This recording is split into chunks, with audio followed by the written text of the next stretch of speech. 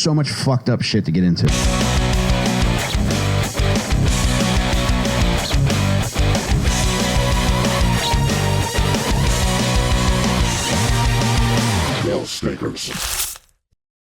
You know the reason why y'all call him Grimace? Why, Mike? Because he got a grim ass. You ever think that thing? Welcome back to Little Stinkers, baby. I'm Michael fucking Rainey here with Jon Delcollo. Hey. Jacob Furman Mattera. Hey, you got a permit for those things? Wet and Juicy Jeff Simmons. Man, look at us. We look like a special needs halfway house moving team. A couple of real fruity snacks over here. Is that scratch and sniff? Can be. Smells like my nipple. Smells like my nipple's burning.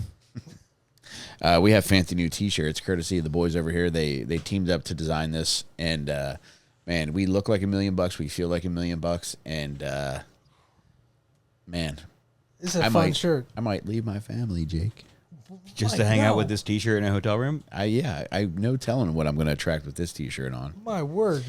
We teamed up for perhaps the T-shirt design of the century in my mind. I mean, this definitely is of the year. pretty incredible. Not gonna lie. Yep, we'll be doing a pre-order for these in just a short week or two. Let me show the back, and you tell them what it says. Here you go. This is meant for you standing in line at the drive-thru. It says, "Keep honking. I'm listening to Little Stinkers, and they're only 35 minutes into the kumquat hour." Yeah, you're going to get a lot of confused people behind you on the escalator that you're stuck on. Oh, man. I feel like a fresh boy in this shirt. Jake, how are you doing? I'm feeling great, man. This You look shirt, good. yeah, this shirt is comfy. I'm sorry. Just that's all I can think about. That's why they call it comfort colors. Oh, I'm comforted. That's for sure. And you're colored. He's tan. He's out in the sun a lot. Ah, yes. Do I look any tanner? Yeah, you do. Yeah. Have you been sunbathing? I'm just trying to make conversation. I was out in the sun a little bit yesterday, and Doing then running from the authorities. Hopping roof to roof like a little fat Spider-Man. But I was out in the sun for an hour, got in the shower, and it was significantly darker than my body. Mm-hmm. But I think it's already faded. I think 2 hours is what I need out there. Mm-hmm. You know what? I always say, it's like, Jake, when I want a bitch, I get a bitch. They call me Peter Parker. You know why? Why? Because I'm a fuck despite her, man.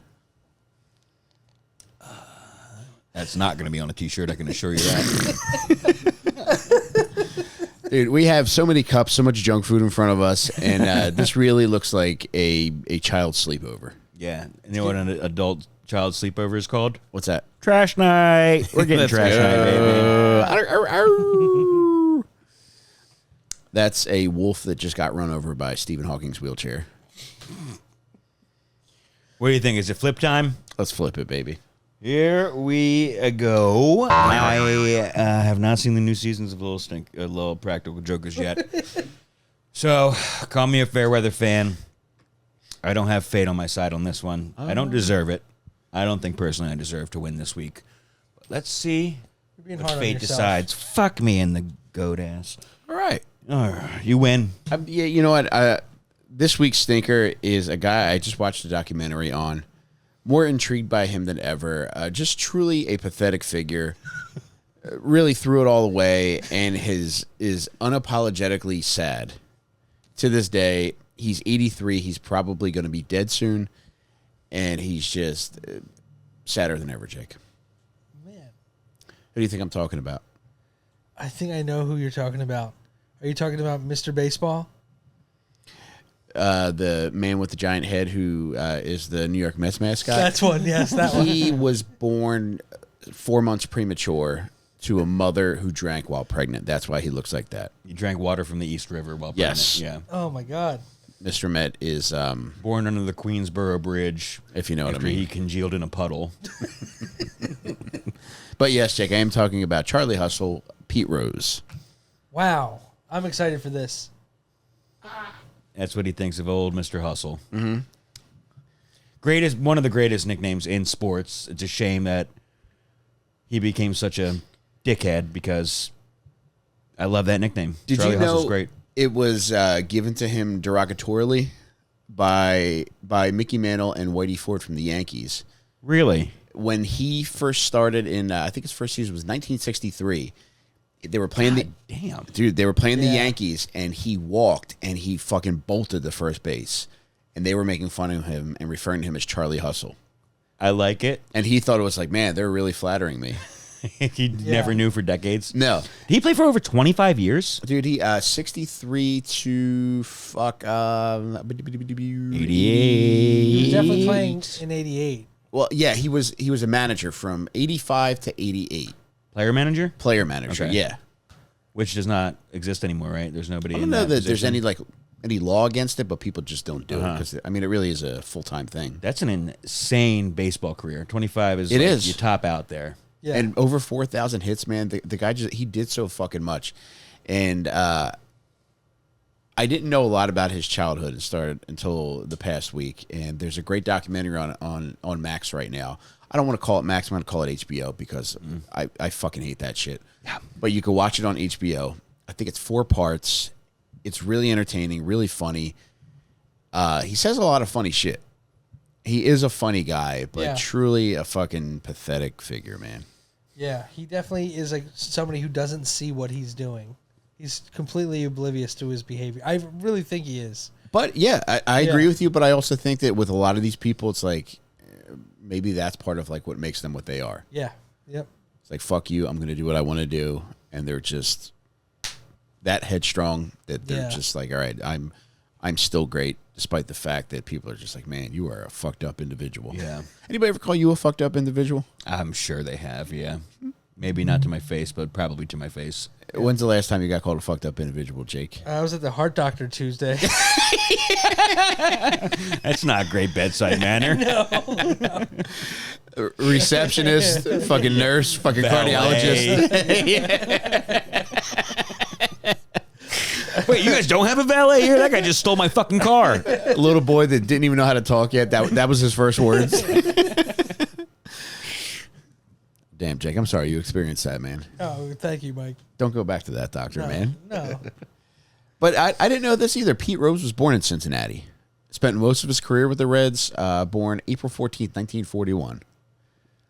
Damn. Cincinnati, Ohio. And, his biggest faux pas was the revelation that he bet on baseball when he was player manager. On the Reds. On his own team. That was in the mid-'80s? He went 20 years before he started doing that? Or at least got caught doing That's it? when he got caught doing that. Yeah. What era was he in the Phillies then?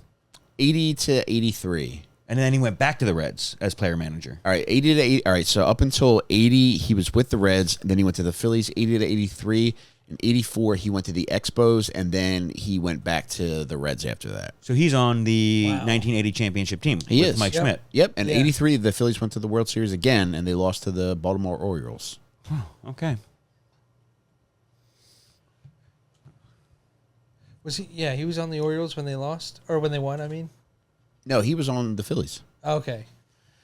Betting on baseball was his biggest crime, and he's still banned from the Hall of Fame because of it. I mean, any other circumstances, he would be there, but Yeah. and it's strange because they'll have events in Cooperstown, and he can go. He could sign balls, he could sign cards, sign backs, but he just can't go to official functions of the Hall of Fame. Yeah, he doesn't. He goes to Cooperstown Main Street, but he does not go to the Hall of Fame, right? Yeah, they even show it in the documentary on HBO that I mentioned, where he's signing, and it's kind of fucking sad because you see his teammates like they're talking like, "Hey, we got to go to this." They're going to an induction ceremony, and Pete's just like, "All right, I guess I go fuck myself, guys." Is he allowed to fucking buy a ticket to the museum as an individual? Ooh, that's a great question. I know with baseball games, there's certain parts he can't go into locker rooms. They have to like. Batting cages, he'd said at one point, right? I think so. Yeah, and they're always overly cautious if they have him at an event as to where they can have him. Okay, and this is him going in like an announcing capacity, or like not just going as a fan to get fucking hot dogs and Cracker Jacks. Yeah, like they had like a Phillies like anniversary. It was like the fucking 80s World Series. Yeah, the team. 80 World Series team. They brought him out on the field and he got a nice ovation. However, he kind of fucked himself because he did something shitty like that day. to like a woman reporter, right? Yeah. They called her Sweetie or something. Babe. Babe, yeah. He's like, you're talking about things that happened 55 years ago, babe. Meanwhile, he's at an event for something that happened 40 years ago that everybody's jacking off about. And yeah. I mean, I'm sure he said worse things and done worse things. Calling a reporter babe isn't that bad. Oh, dude, one of the funny things about that is he's like, you're talking about something that happened 55 years ago, babe. And then afterward, in the documentary, you see his one of his lawyers pull him aside and Pete, like you can't call women babe. Yeah. And he issued an apology. Talking about something that happened 55 seconds ago, fella. Dude, he issued an apology, and as an olive branch, he offered to sign 1,000 baseballs for the woman. Yeah. Did he actually do that? I don't know if he did it, but he extended the invitation. No way he fucking she did did that. not look interested because they show the interaction, right? They show her with the, they show him with that woman, the Phillies reporter. I didn't see her okay. reaction. She just did. It seemed like he was forced to apologize, and he wouldn't actually apologize to her, and he offered to sign 1 million baseballs, and she's like, "Nah, I'm good." I mean, that honestly sounds like a chore to have to fucking sell and ship all those baseballs, you know? Dude, it's all he does, and they show him doing this shit, and he makes a fucking killing doing this stuff. Yeah, he's charging like $50 for an autograph, right? More than that? Oh, yeah, and meet and greets too, and they show him at these events where people just want to talk to one of the greatest baseball players of all time. Yeah. And it's, he's clearly on his last run here, and they got to get him while he's fucking still cooking. Yep. And he lives in Vegas, and he still gets around, and he just spends his days fucking doing these events for people. And he said at the end of the documentary he's not gambling, but what are you gonna do, man? It's like he doesn't drink, which is surprising. Never did, or he quit? He just doesn't. And part of it was he grew up with a father who was just hell-bent on him becoming a professional ball player. His dad was named Harry and his mother was named Laverne. And his dad, they wouldn't take vacations because that would interrupt his summer baseball schedule. I mean, it's pretty impressive that his dad groomed his kid into being a fucking pro and one of the best at that, say what you will about athlete dads and pageant moms and shit, but like it worked in that guy's Those case, kids are beautiful. Tiger's case, fucking Slappy O. Johansson's case. Yes. Endless examples. Chud and Pud. Chud and Pud. Yeah. Fucking Porkins McDorkins from the Chicago Blackhawks, who unfortunately got swept up in the sexual assault drama. Oh, I thought it was swept up by the Zamboni. No, that was his brother, Corkins. Corkins McDorkins. Yeah, of course. I always confused. Lesser Corkins. talented brother, but heart of gold. Could not skate faster than the Zamboni to save his life. Did you ever go to an NHL game? And I don't know how you get this. It's not an honor. It's just a thing that you have to do that I think parents think it's cool. Ride on the Zamboni? Yeah, where you just have to sit there like this next to the man driving it. Like, how embarrassing would that be to have to do that for an entire fucking intermission? Are you not allowed to wave your hat around? Do you have to have your hands in your lap? That's a great question. I wonder if anybody's ever gotten rowdy on that thing. Yeah, everybody's always so timid. I would do it in a heartbeat. Go out there live on Instagram. Would you lay on the hood of it like fucking Tawny Katane and Whitesnake? 100%. I would do that. The flash dance bucket. I would really rile up the crowd. I'd wear a diaper to skip that intermission. No bathroom. Right here, brother. Oh, John's got a line again. One funny thing about Pete Rose's childhood is that he was a small boy for most of his childhood, and freshman year going into sophomore, he found out that he was not going to make the varsity football team. So football and baseball were his main things. And his dad was so upset about this that his dad held him back so that he can mature physically to be able to play at a higher level when he did play baseball and football again. So he repeated ninth grade. When did he play football all throughout high school too? Did he have like... So 5 years? He ran out of eligibility. So when he was 19, he played for a double-A team. Oh, also one other thing I want to add is that his dad would not let him go to the movies because that was a big thing the kids in his neighborhood would do. The dad would not let him go to movies because he felt as though it would fuck with his eyesight. Wow. Maybe I could have been a much better hitter if I didn't go to the theater as a child. Like a Joe Jackson of sports dad. Right Yeah. there. That's Yeah, awesome. he is That's pretty extreme. a little bit of a psycho. He was a semi-pro football player, and he got Which is not a thing. It is, bro. Yeah. It's a lot of dudes who probably punch their families do this. But they don't make money. It's not No, their it's no fucking money, job. but it's Yeah. like they get to play dress up and wear the Right, fucking yeah. uniforms. But Harry fucking Rose, he was a semi-pro football player, and there was a local TV station that was doing a segment on the teams, and they asked him to demonstrate proper tackling technique, and Pete Rose's dad smashed the director's chair by tackling it. Dude, I love What his a weirdo. intensity, man. Yeah. But yeah, no vacations, just baseball. And this is very sad. December 9th, 1970, Mr. Rose passed away. And Pete received the news that his father had passed away while he was receiving a haircut. Oh, is that why his haircut looks so doofy? It might be, man. From then on. he Yes. Just give me the cut that I got when I received terrible news about my father's death. Do you think you would finish your haircut, or do you think you would let it go wherever it was?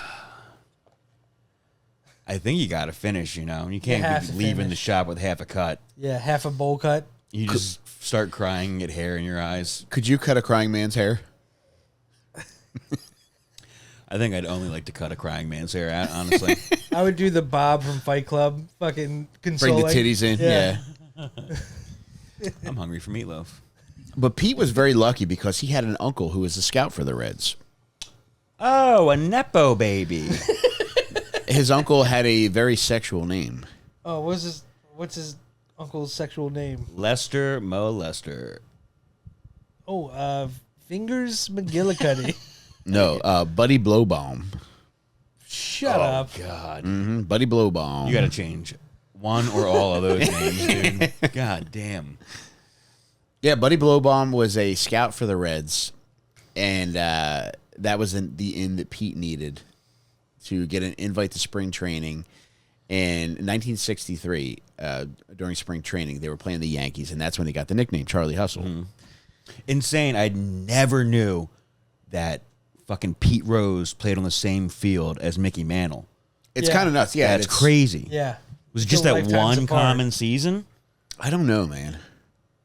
Because what the home run chase was in 1961, right? And that was like 60 basically, Roger Maris, right? 61, was it? I think so. Or was that the number that they I think that it was he hit? both. I think Okay. it was a coincidental Okay. number. So yeah, okay. I had no idea that Pete started in the early fucking 60s. Yeah. What do you got for us, Juicy? Mickey Mantle played till 1968. And he was an all-star in 68. What was his first season? 51. Damn. So Rose's career is longer. Yeah, way Much longer. longer. I think part of it was he took really good care of himself. Yeah. I mean, haircuts aside, Yeah. he did take pretty good care of You gotta let himself. some stuff go by the wayside. Uh-huh. Yeah, if you're taking care of your body like that. It's always nuts to me when guys are fucked up individuals, but they don't drink.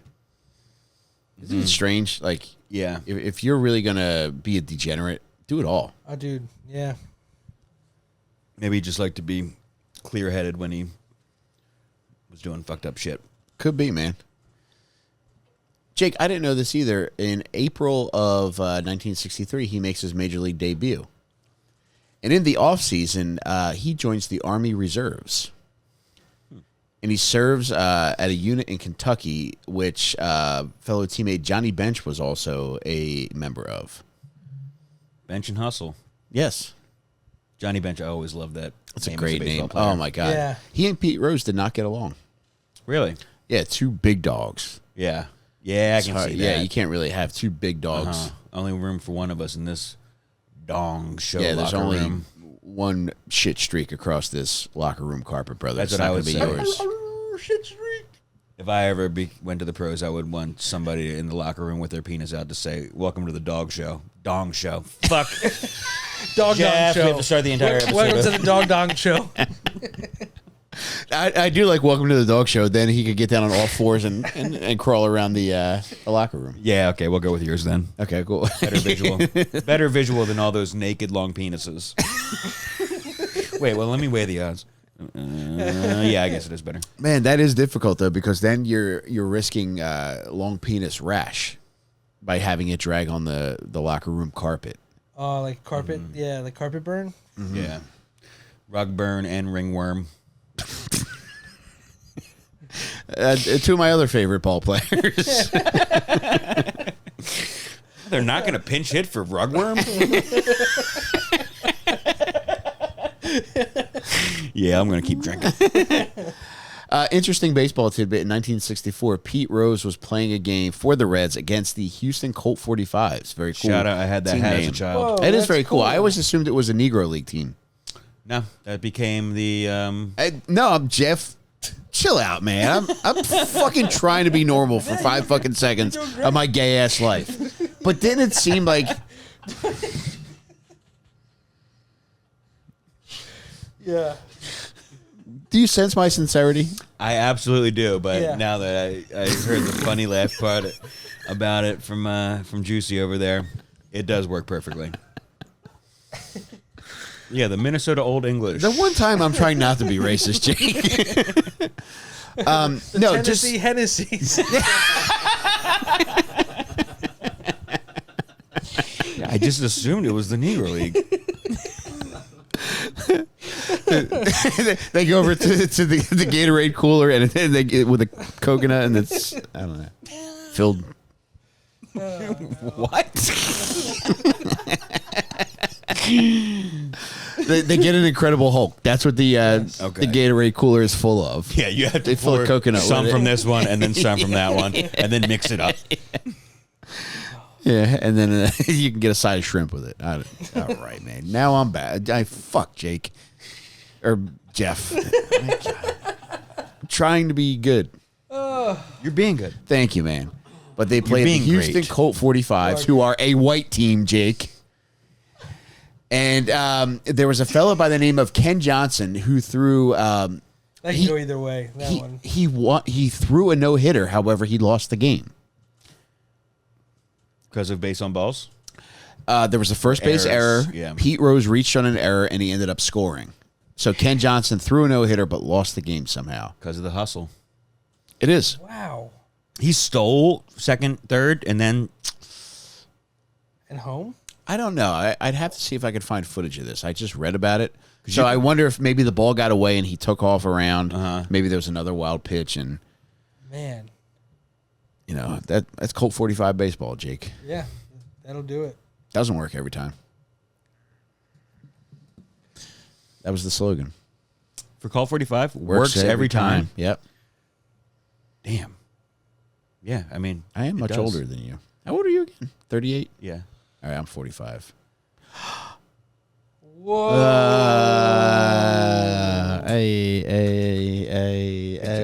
I'll call you Colt. Yeah, just a little thing. 1965 is the year where Pete Rose starts to become Pete Rose. So it's his third season in the major leagues. Hits 312. Gets 209 hits. 200 hits in a big league season is a massive deal. Yeah. Finishes sixth in MVP voting. Nice. Pretty fucking cool. Yeah. Yeah. And in 1970, there's an iconic Pete Rose moment. It's the All-Star game. It's the bottom of the 12th. There's a play at the plate. He bowls over the catcher, this guy, Ray Fosse. You've probably seen this play as a child, being ignored by your parents while they fight. And you're watching this catcher get his shoulder destroyed. And essentially, this guy did end up continuing to play. However, it kind of did ruin his career. He was never able to hit for power again. Damn. Yeah, really fucked him up. And on a funny note, because it broke and separated his shoulder from the collision at home plate. Damn. Unnecessary at an All-Star game. Right? Well, you were still playing for home field advantage at I don't that think point. so, man. No, it was I the think it was All-Star just, game. yeah, I think it was Yeah, exhibition. East versus West. So there were no stakes. Yeah. This was Jesus. this was all the All-Stars together just to... Yeah, okay, that is fucked up then.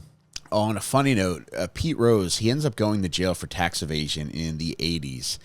And he goes to prison in Marion, Illinois. And there's a ball field at this prison. What do you think the ball field is called? Oh, man. Not coming to me. Ray Fosse Field. because that's Ray Fosse's hometown, Marion, Illinois. No way. Whoa. Yeah, pretty nuts factoid. Did he play college ball? Pete Rose? Rose? Yeah. Did he go right from high school? No, after he used up his high school eligibility, he played for an independent league team, and Okay. they were technically Double A. Were they affiliated with the farm system at all? I don't think so, and he ended up hitting something insane like 645 for the season. Holy So shit. he would, without the scout uncle, he still would have got to the bigs eventually.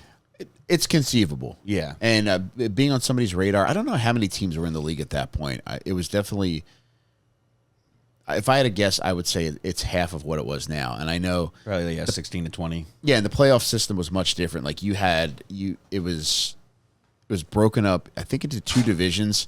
So the playoffs were essentially, for the longest time, just whoever. There were two divisions, and the first round of the playoffs was also the last round of the playoffs. It was the World Series. Now, it wasn't until I would just be guessing if I said this, so I'm not going to say it. Never mind. But Guess. No, yeah, come on. Guess for us. all right, I'll I'm believe going to ya. say, Jake, in the 1960s is when the championship series started. That sounds right. Okay, does it? Jeff, would you be able to look that up? He's already on it. God, he's the fucking best, man. God damn. So wet, so juicy. You don't have to say shit. So what? There was no. It was still AL, NL, right? Yeah, you would just win the pennant, which is essentially winning the division. Yeah. And top of your division, top of the league. 1969. Yeah. Great guess. You could have been so much hornier, but you did guess good. Manson I know, thank Summer. you. Yeah. Yeah. Yeah, Summer of Love. Summer It of is. Manson. It is. It so really much is. things happened that I year. know, man. So much things. We just surpassed the another Charles Manson murder anniversary. We did? Oh, yeah, every year. Yeah, it was 55 years ago. It's a nice round number. Yeah, it's a bloody round number, man. Round mound. Pound that mound. Sorry, I have my pubes in my throat. What were you doing? Trying to suck my own thing. Did somebody force you to eat pizza again? How far down did you get? I've only ever kissed the tip, Mike. But that's Oh, all I'm ever no. looking for. Kissed by a rose. You know they have vagina dentata? You ever hear that? What's that? What? When pussies have teeth? That's not real. There was a whole movie about that. I know. They made it. They based it off of a fucked up lady. But Jake, Really? It was based off of like a real lady? I like to believe it is. But Jake, I was thinking today, like, how funny would it be? You know how every dick has a mouth? Yes. How funny would it be if you had little teeth inside your dick mouth? Could you feed your penis a small morsel of a sandwich? I would actually put a Newport in there. Those teeth are going to turn yellow, Mike.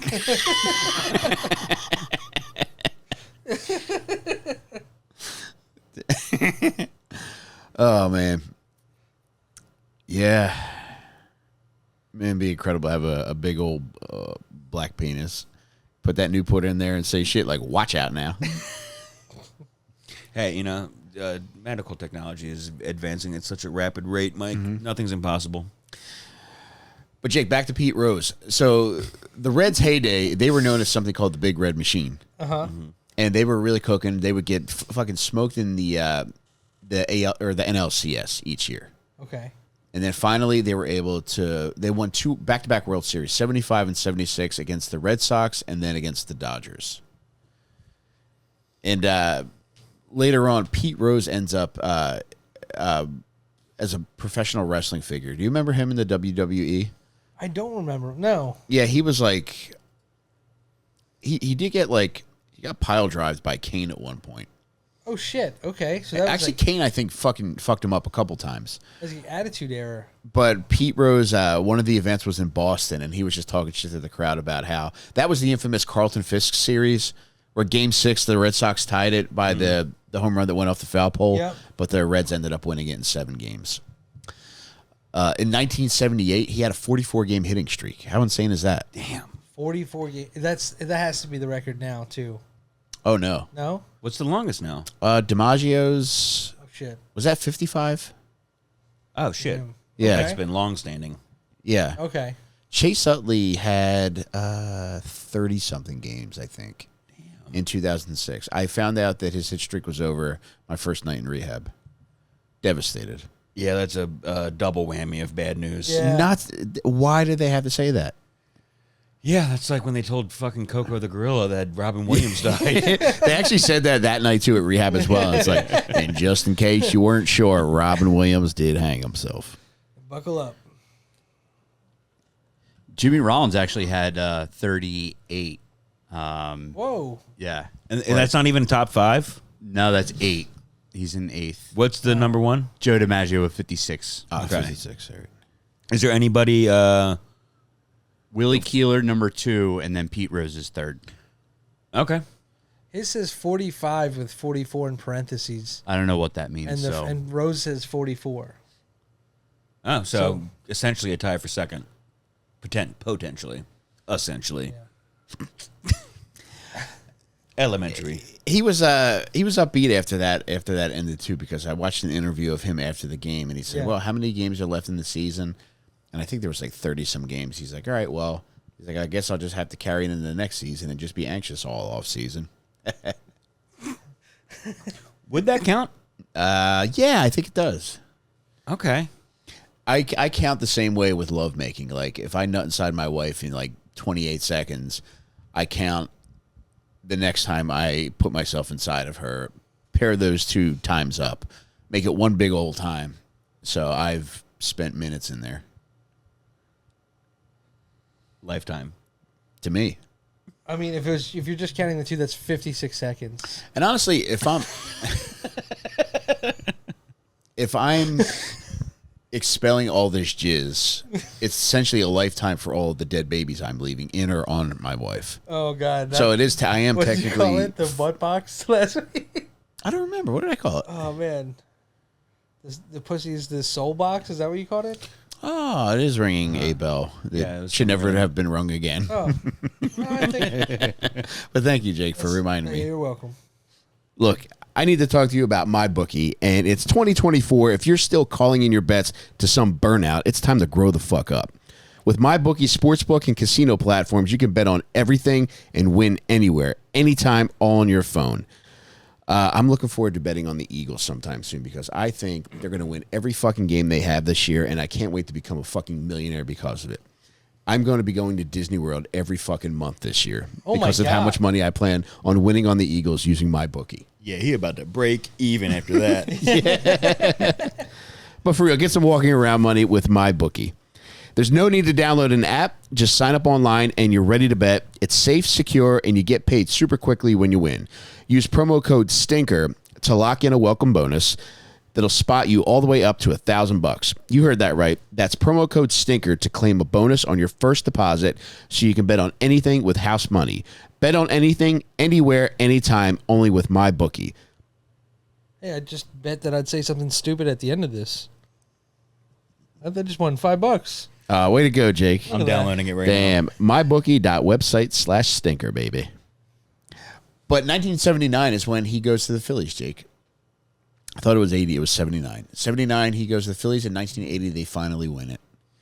And that was Pete's first championship ring. No, he won in 75 and 76 with the Reds. Okay. And the team, so the Phillies lost to the Reds like 2 years consecutively, too, right? Really? In they? the 70s? Yeah.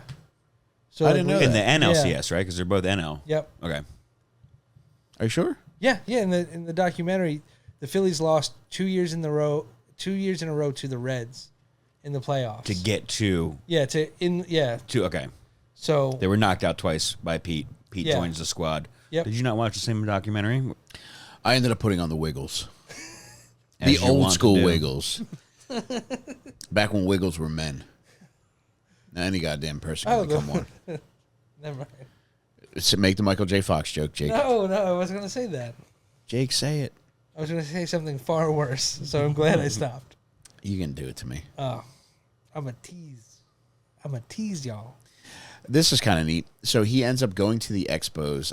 When he came to the Phillies, like an interesting contract note, 4 years, $3.2 million. And that was a massive free agent signing. Wow. Yeah. Wow. In 1979. 4 years. But he would also make a ton of money through endorsements. There was a while, I think even as recently as within the past 10 years, where he had a restaurant.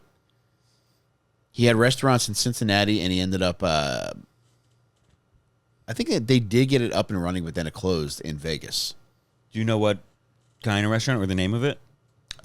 Pete Rose's fucking baseball butt fuck. I don't know, man. That sounds good. I'd like to eat It there. does, yeah. What's the soup of the day?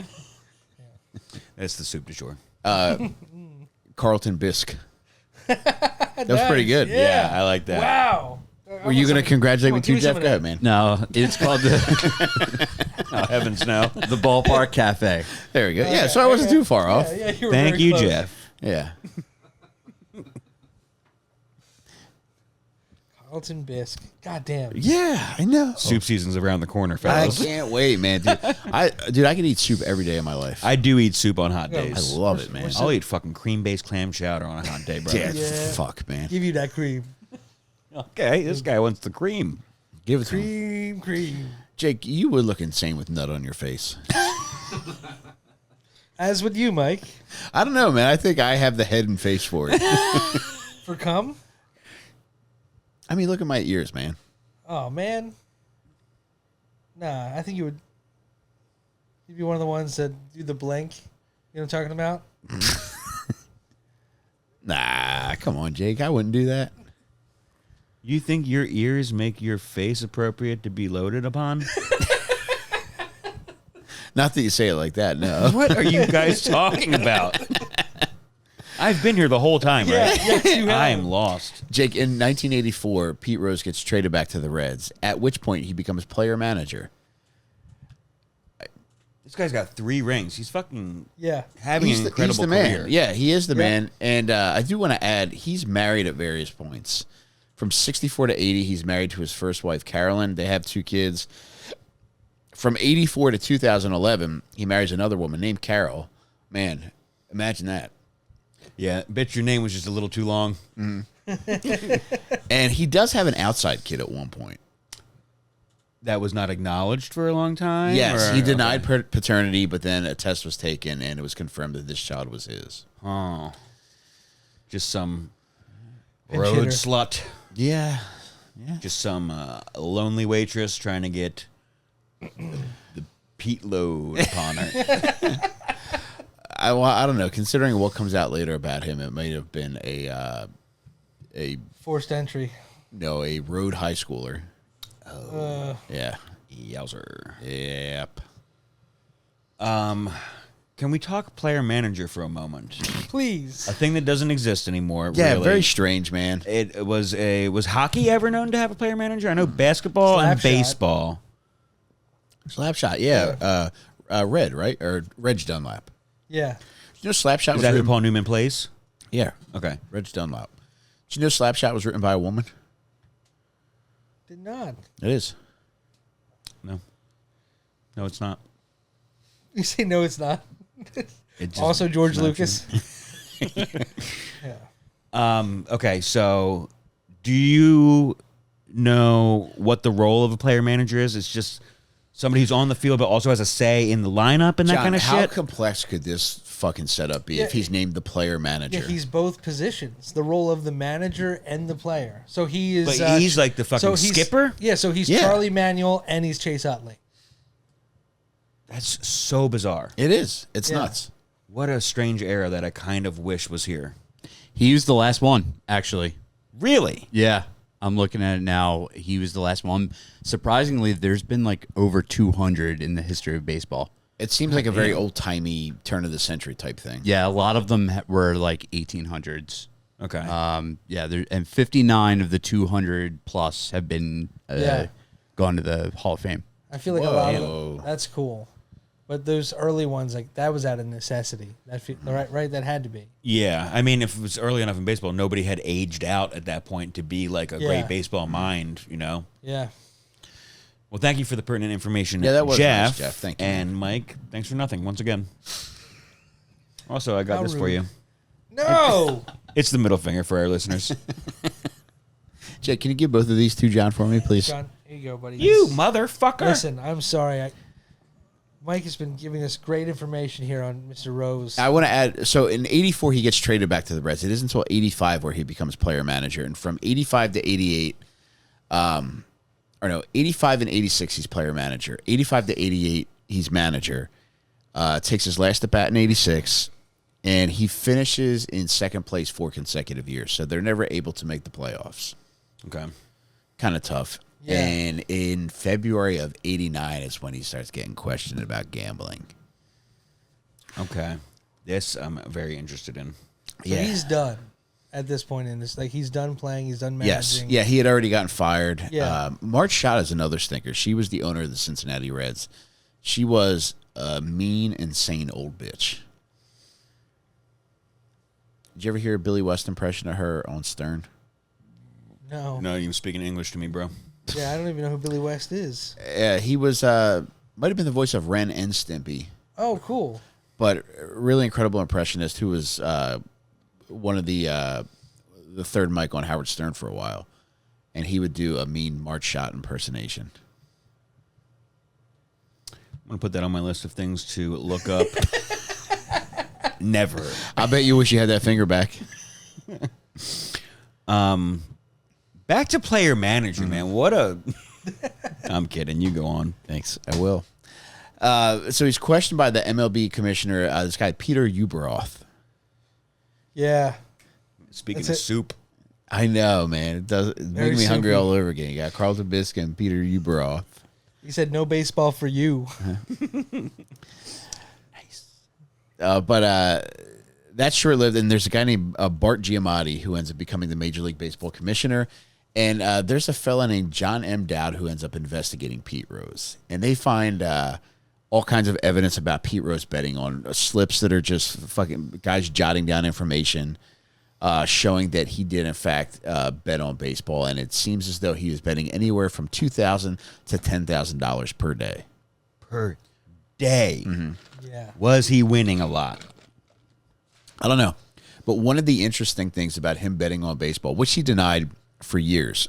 Could he have gotten away with this if he had a more trustworthy bookie, or if he was using an alias? Like, Probably. without fucking electronics back then, I feel like it's fucking tough to get caught doing that. You essentially have to have, I bet people were saving these things as mementos. Yeah. Like, hey, Pete Rose is placing these bets with me. Well, in the documentary, he had like a buddy who was constantly calling him, and they were able to trace the phone records.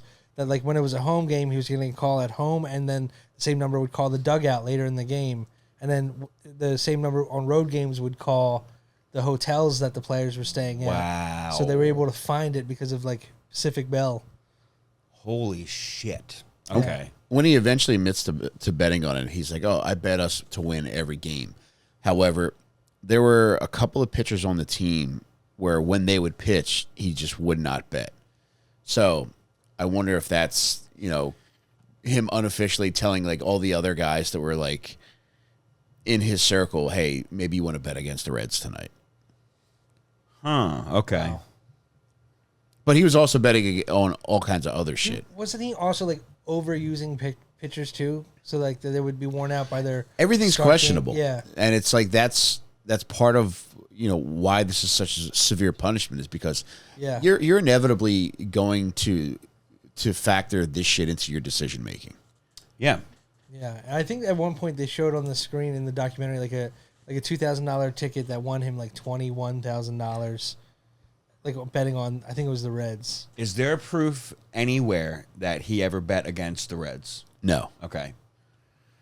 But I mean, That's he also vehemently like denied it for like the first year, right, Mike? Like when he It wasn't until 2004 he writes an autobiography called My Prison Without Bars, where he's like, yeah, I did bet on baseball. fire book title. Yeah. yeah. No way he came up with it. Was this all underground illegal bookie betting? Yeah, it was Or just regular ass fucking. Yeah, but you could bet in Vegas at that point, right? On sports. That's a good question. I'm sure I they bet had you could. sports betting. Yeah, when I went in 2001, I don't think they had betting anywhere other Wait, than Yeah. Atlantic City. I think Yeah. he was betting in Vegas. Like they were betting at the casino. Somebody was betting on his behalf. Yeah, okay. Yeah. I think, right? Yeah. The legalization of sports betting in Las Vegas occurred. Juicy Jeff is on it. I can see the cursor. says commercial gambling was 1931 in Nevada. All right. I don't know about sports at the moment. Still working on that. Thank you, Juicy. But in August of 1989, he's permanently banned from baseball. And he's barred from being eligible for the Hall of Fame. That's a year after his retirement from baseball. He had an official retirement and everything. Like, was not going to come back in any capacity at that point. I don't know if he was like kind of phased out. Maybe there were rumblings. I don't know. That's a good question. In his late 40s, mid 40s by the time he retires. That's Jamie Moyer-esque career. Yeah. Like, Long, dude. crazy to think that Mickey Mantle to Pete Rose, Mickey Mantle and Pete Rose played in the league together, and Jamie Moyer and Pete Rose played in the league together. Yeah. That's fucking wild. That is crazy. Man, makes you think. It really does. And in April of 1990, he gets in a little bit more trouble. He goes to jail for tax evasion, for income that he didn't report, for signing shit, which is taxation is theft, and the government drives me insane. Of course, I love doing all I can to keep as much money out of the government's pocket. If you're in the IRS, suck my little penis. Suck two little penises at the same time. All three. Suck Jake's fat one. Jeff, I don't know what you got, but you can make 4 of them at the same time, you fucking losers. It makes my blood boil anytime I hear about anybody going to prison for tax evasion because it just drives me fucking insane. And that's all cash, right? He's taking cash for fucking autographs. Yeah, but it's all cash. Yeah. Yeah. But he probably was under a microscope after the gambling thing, right? Much like your penis. Hey, now we're talking about it. Zap.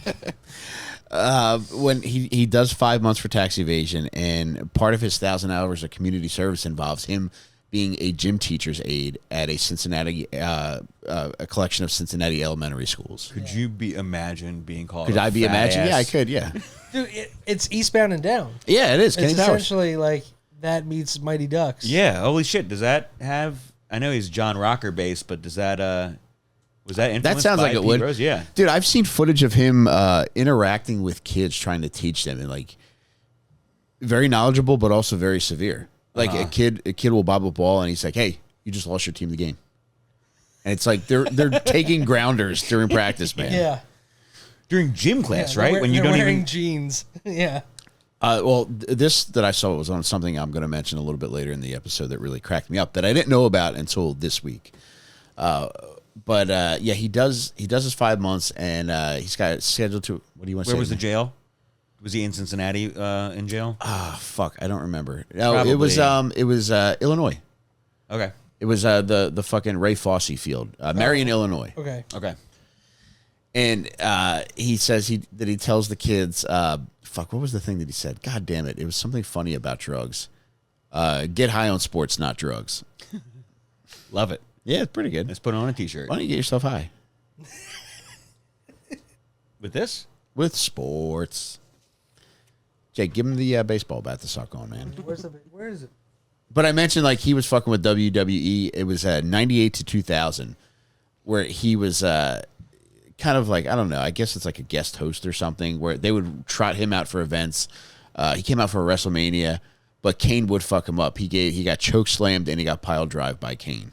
I mean, he's At that 60 point. almost? Yeah. I can't getting imagine actual pile drive? I cannot imagine how much money they pay you to do this. Where Oh my everybody, God. dude, Trump got in there. Do you remember that? Yeah. Did he get tussled around? Like, He did. Yeah.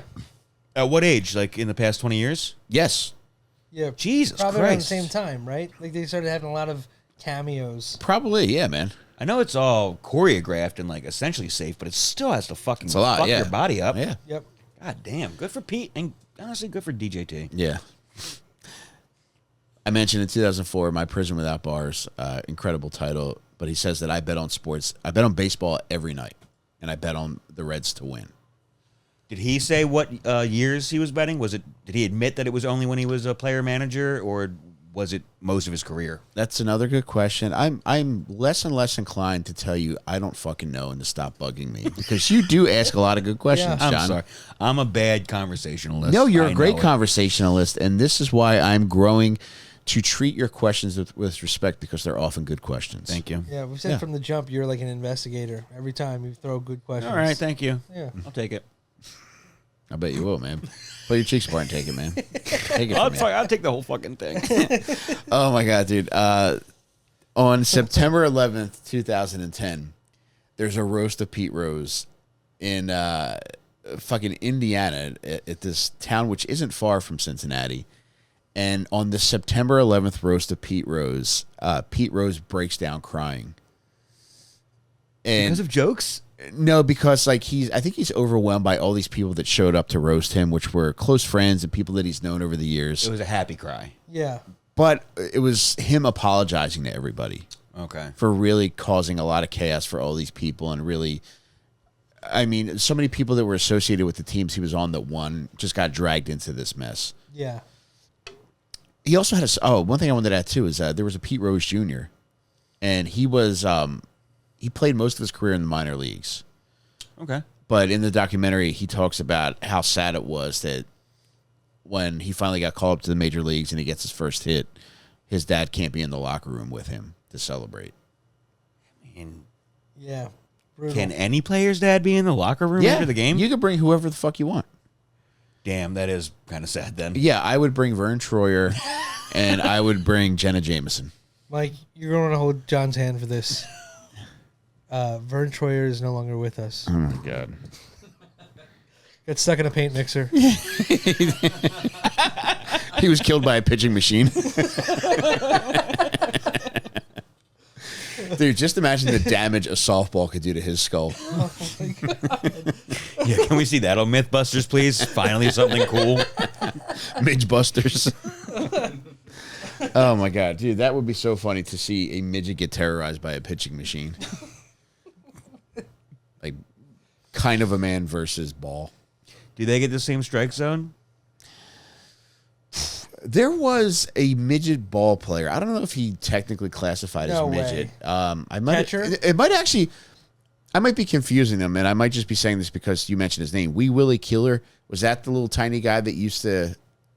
Eddie Goodell, I think that's his name. 3'7"? Is that what that says, Jeff? Yeah, 3'7", and Jesus. he played for the St. Louis Browns. What position? Shortstop.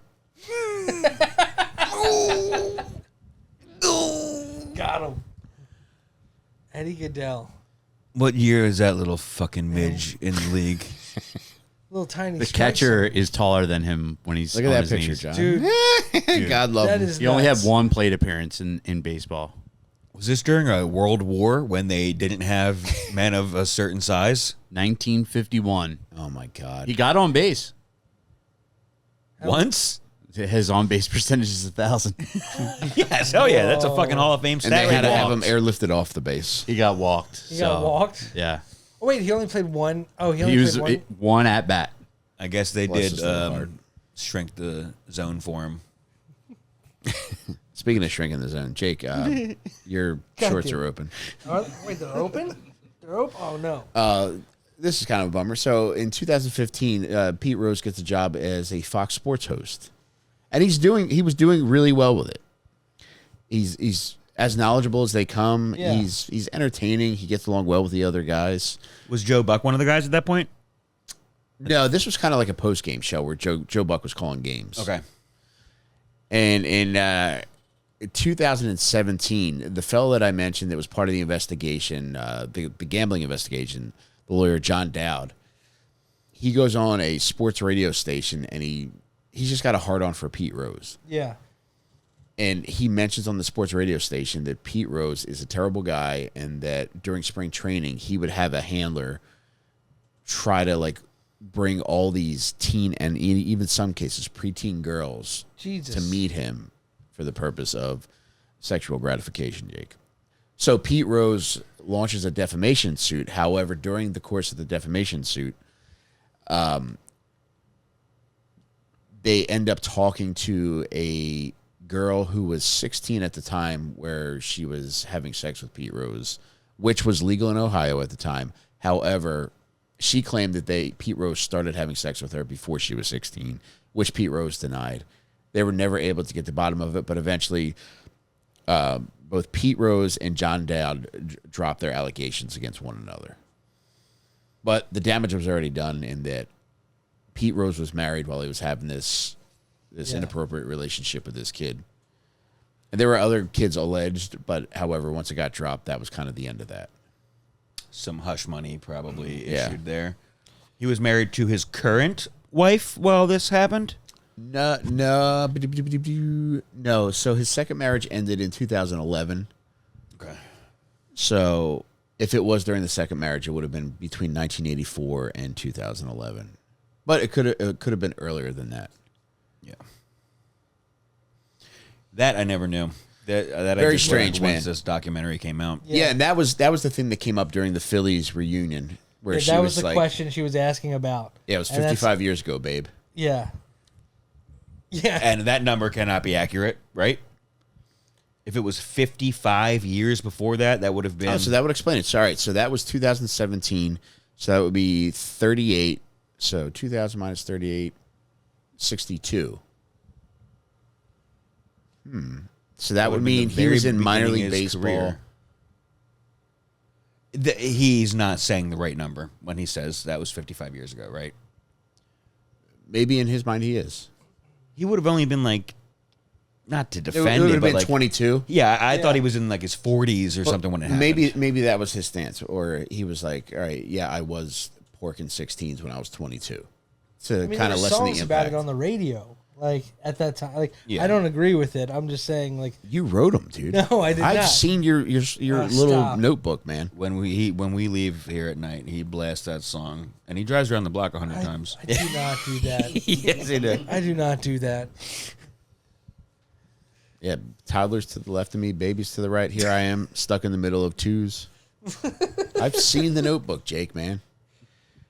This was, oh my God, this fucking thing. I had no idea this existed until this week, and it really knocked my fucking socks off. But it was a TLC show called Hits and Misses in 2013.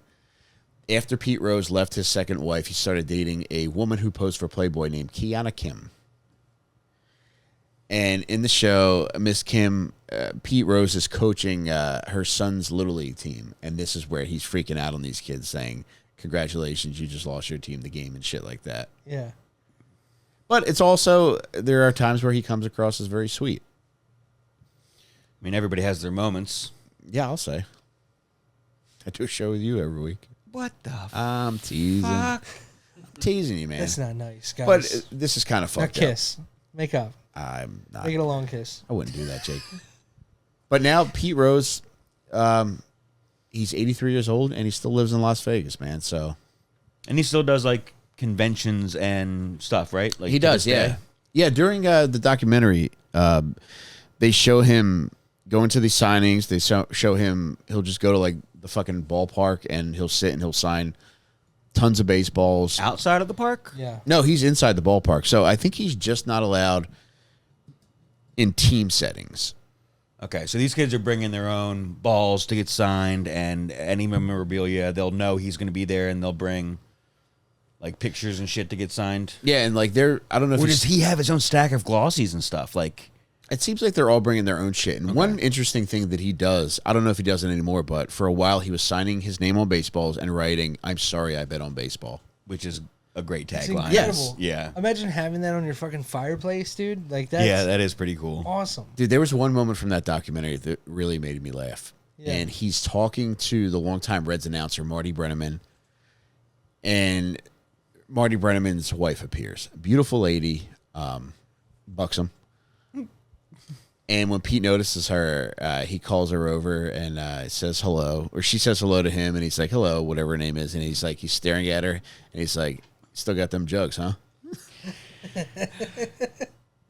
Yeah, I'm glad to see they didn't go anywhere. So in the documentary footage of him signing balls and stuff at the park, does he have a line? Does he have a good group of people waiting? Yeah, dude. So yeah. there's Is it mostly adults with kids? Yeah.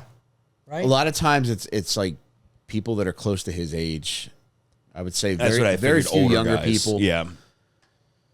But I mean, I guess, it's perfect for him because he might have another, like 5 years. Yeah. So people are still intrigued by him, and there's still Yeah. enough people around that age group Got those left. that are interested in him and want to have a moment with him. Well, But what were we gonna say, Jay? I was just say I think one thing that's cool, but like when he what do you call it? Sorry, I'm fucking trash night moment. Just want to take a moment to reflect. Let's take a moment of the silence for the thought. Yeah, it's coming. It's round in third. I believe it. Okay. Believe in it. There's a collision at the plate. Will never be the same again. The commissioner, the guy who went on TV and banned him, he like also died 8 days. 8 days after he banned him. Wow, I And he never had knew that. Yeah, and he had a pretty like it was a pretty mean press conference too about how he was such a disgrace to baseball, and a lot of people blamed the commissioner's death on Pete Rose because he was just a guy who was a lot of stress at the time. Yeah. And Pete Rose was just like very adamant. He's like, dude, he was overweight and he smoked. Yeah. It's his fault. And there's like no remorse, no that was a turning point in the documentary when he went from like, oh, I think he's funny, like I like him, to like, oh, he doesn't see himself having an effect on anything. He's in complete denial. Okay. But I do feel that way about some of my enemies. Yeah. If they ate shit, I would be like, yeah, he was overweight and he smoked. And he didn't smoke. And he drank soda. What y'all trying to do? Paint me as the villain? I don't think so. You trying to paint me as maleficent, meanwhile I sit here magnificent. So thank you for letting that thought come out, guys. Thank you. Absolutely. Thank you for finding it deep in the folds of your synapses. Oh, a lot of folds in that synapses right now. If I could put the sin in synapses. Pete Rose. Cool If that name. guy had died, if that commissioner had died before he banned him, do you think the next guy would have banned him? Think Think the hammer was going to come down either way? I don't know who came after him. Also, does Bud Selig? Is that it? does a commissioner have the right and power to undo his ban? Could a commissioner do that before he died, perhaps? Yeah, I mean that's what they were gearing up toward. I think Yeah.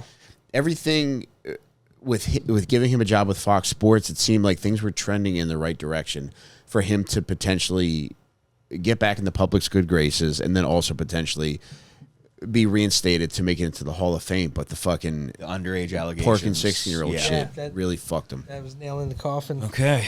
Yeah, nailing the No. Nope. Do not refer to an underage vagina as anything. Fine, do it. I'm not going to. You're going to. Jake, do it for me. Wait, Jeff, Wet and Juicy Jeff, what did you got? I have a funny. More So midget news. Eddie Geidel, the St. Louis Browns owner, Bill Veeck, he wrote an autobiography, and in it he said he was, by golly, the best darn midget who ever played big league ball. He was also the only one. Aw, that's very sweet. Is that part of his quote? That's part of the quote. That's so sweet, man. I hope somebody says something like that about me after I die. They will in the wheelchair dance, ballroom dancing game. Thank They you. probably already are. Yeah, they probably stole footage of me and they're going to play it on the news. Jake, have you picked out your wheelchair yet? I have not. I got to look at weight limits. That's the first sort button I'm going to find. Oh, brother, there's all kinds of wheelchairs out Max. there. Yeah. You don't have to worry about that. That's one thing with wheelchairs is like you never have to question whether or not there's one to accommodate I'm going to be you. in the wheelchair and the sidecar. Yeah, Slow you're not a Yeah. wheelchair guy. You're a rascal. Yeah. You're a rascal fellow. Thank you. I don't know. You're a strong guy, so I think you would like the independence that a wheelchair or a wheel love seat would give you. I mean, I'm not ragging on his ability to have upper body strength. I'm talking he's too cool for a chair. He's a rascal man. work harder. But I think a Smarter. chair. I think a chair is cooler than a rascal. It depends on if you have your rascal bedazzled in a certain way, if you're wearing a motorcycle vest, if you're flying Man. your colors. Have you ever been on one of those things when they're not working, when they're not plugged in? Yeah. It's a fucking mess. What do you mean? Like, Because it's just, you got to call AAA. You got to get reinforcements. Is that what I have to start doing at Walmart when I get in the chair and it won't go? I have to call AAA to come in? AAA, they come in and they jumpstart you. It's actually A with an L at the end. But yeah, with a manual one, I could just not be reliant on technology. You know, that'd be nice. Yeah, you don't want the government to be able to shut you down when you're going Yeah. upwards of 8 miles an hour. Oh my God. I was in the throes of TikTok today and actually saw somebody was in a wheelchair and he's like doing like, he's like, I'm going to stand up. He's paralyzed. And he's like, I'm going to stand up like every day for a month or whatever. And his wheelchair has this thing where you can jack yourself up. Off? Like, Juicy. you can jack, you like literally like, What's he doing? You crank. Soft penis. Engaged. And it's like a little jack that like, I'll bet. and it like you stand up. Does he eventually not have the chair behind him and he's standing on his own? It's like the back of it like lifts you up. Okay, so Into he's not the really air. doing anything impressive. He's just activating his chair once every day for a month. Yeah, you can activate your chair and you can stand. I'll while you're bet you like paralyzed. that, you noodly freak.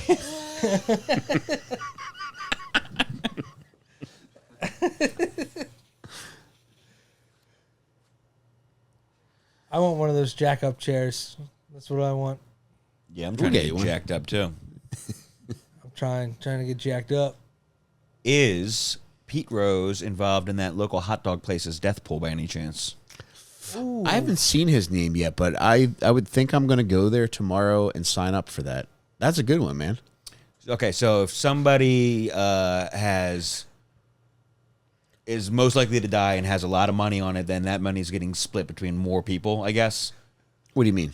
Like the odds wise, like if somebody's very old is on the list and people just keep coming in and putting money on him, then that money's getting split between more people. The way it works is there's one winner and everybody's just got somebody different. And Okay, it's very limited. Yeah, say there's 50 people, everybody puts up $20. The pot's $1,000. Whoever's the first person to die gets the 1,000. Gotcha. Okay. Yeah, Pete Rose is a good one, man. Yeah. So if you go to put money down, there has to be an empty slot open. There always is until somebody on that list dies. Gotcha. Yeah.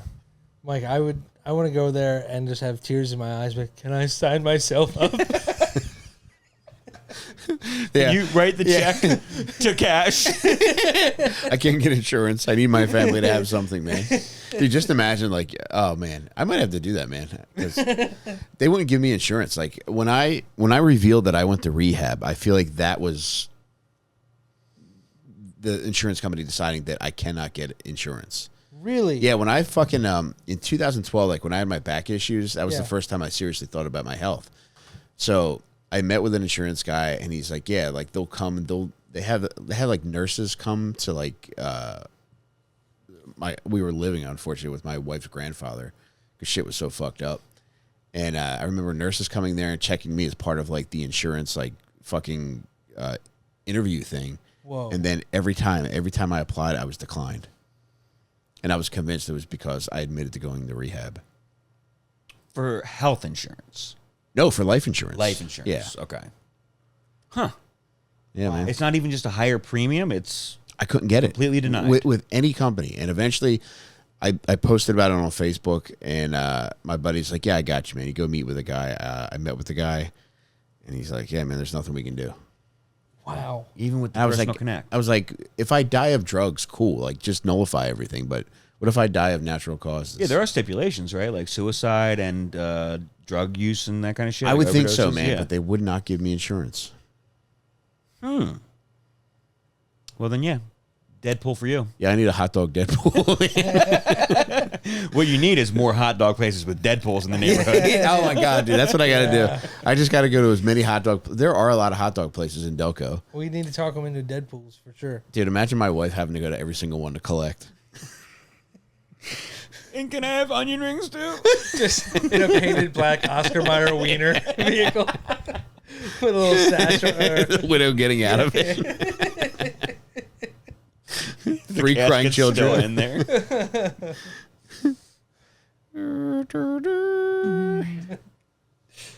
Damn Oscar Dyer Wienermobile. Shit. The kumquat hours have officially begun. Yes, that was the baby. lighting of the kumquat torch. Oscar Dyer Wienermobile. Oh man, I'm getting sleepy. Oh my god, was that sody and the fucking 15 nuggets I ate. Are you you having sugar crash? I am, man. Yeah, I've been up into the 12-ounce Red Bull recently. Yeah, I had a one of the smaller ones today, and I could have used a bigger one for tonight. I normally get too juiced up though because I drink a big old Red Bull boy and then I'm up until like 2 a.m. Yeah, same. Yeah.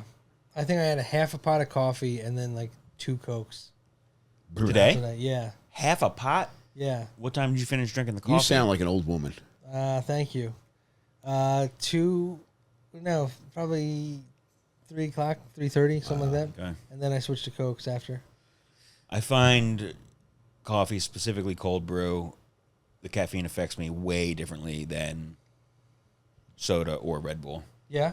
Red Bull's the perfect mix. Soda, I feel like I could drink all day and still fall asleep Yeah, normally. same, man. Yeah. Yeah. Coffee, a cold brew at 7 p.m. is keeping me up till 5. Whoa. But a Red Bull, I can fall asleep by 3. Wow. Yeah. We don't Gives get me a short amount of wings, you know? freebase those limited time. coffee beans. Much like Eddie Goodell. Yeah, the shortest wings to ever see a baseball So diamond. he Right, was I'm hungry. clearly like Say somebody it. put in at halftime or fourth quarter with 5 minutes left kind of situation, They right? were like suit up the midget, Yeah, because he only has 1 plate appearance. bring him out. Yeah. It's more of a saucer They appearance. hit their shin for that signal. So apparently their owner was a showman who enjoyed staging publicity stunts. Oh, there we and go. he found him through a booking agency. Oh man. Back when you could rent midgets easily. I know. Man. Funny, he was added to the team roster. You know what his jersey number was? 1/2. 1/8. That's awesome. So cute. This is St. Louis Browns, you said? St. Louis Browns, which came into the St. Louis Is Cardinals. that also when they had Jake, the world's they are strongest not center a- fielder? They're the White League. Little 8-ball Eddie. Do you guys think that after bearded Eddie's at pitcher. bat in the locker room that any of the other players on the Browns got stand-up head from a midget?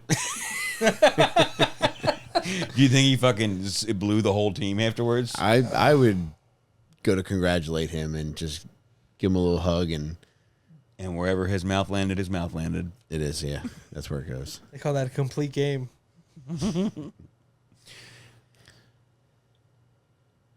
No, hit him. That's what I would say to get him started. You are so tired. I can see it in your sweepy eyeballs. Thank you. Oh man, I wish my cat was back, man. That makes me so happy when he stares through that little pane of glass. He what's his name? Bud. Bud is the gawker. He's always He looking is, back yeah, here. he is. The other two couldn't give a shit about us. Yeah. But Buddy likes to keep an eye out. He likes that. He's I appreciate I it. see him. He's thinking about it. He's occupied right now with one of the kids. Okay, so dog at my house will eat scraps if the baby drops food from her high chair. Yeah. You know what I mean? We don't. Yeah. Yeah. Do cats eat table scraps in the same manner? Yeah, he's a real fucking pig, man. Actually, they all would if you gave it to him. I don't give them people food, but I know the kids sneak it to him. He's a big boy, and that's from the other two cats like to eat a little bit, and then they'll go away for a while and like to come back to it. However, what Buddy does is he'll eat his, and then when the other two cats go away, he'll eat their food as well, whatever they left behind. So he's a little bit Very of a pig. relatable. Yeah, Yeah. Was he scrawny when you found him? a little skinny guy with massive balls. Damn, you still got him? No, You got a picture? Go look at his rearview mirror. I got to lock it with him. But his balls were so big, even after he got fixed, that I was like concerned that it wasn't done right. Dude. I was like, they got to deflate at some point. And eventually they did, but they were just, it was like, The rest of the bag was still hanging? dude, he looked like Cat Serena Williams. the way those things were sitting. Dude, I'm there not was sure I understand the reference. there was a family member who had a chocolate lab that was like probably as tall as this couch, and each of its balls, I'm not making this up, was the size of your windscreens. Oh, So its balls were like that big. yes. That's fucking huge. It was distracting because it was like Kiss it, John. they were so big, they were sticking out between his legs. That's how big they were. And he's still probably he had to horny as waddle. hell with those Yes. things, right? Yeah. Dude, your balls run your life when they're that big, man. Bro, you could you can't get imagine? anything done. Yeah. Feeling those things slap on your leg when he's trying to hump. Ew, dude. Fuck, is that don't guy know. still around? Feeling the release. Dude, I don't know. It's got to feel nice because I imagine it feeling like a weighted blanket. Like you probably start to fall asleep, and then it's off of you, so the relief is gone. Wait, this dog's on top of you in this situation? How do you get fucked by a dog, man? It's like deflating Standing a kid's up. pool. Oh man.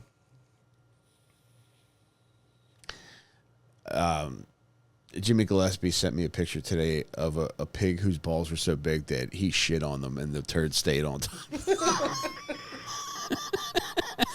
I know the video. I know it well. Might have it bookmarked, to be honest. Dude, you think that pig's aware of what's going on? He's like Yeah, they're smart animals. he's ashamed. Are yeah, they really? Yeah, they are Yeah, smart pigs animals. are smart. Yeah. And he sees everybody else with that shit on their balls. Yeah. He knows that he's got something special. He's like, fuck. Yeah.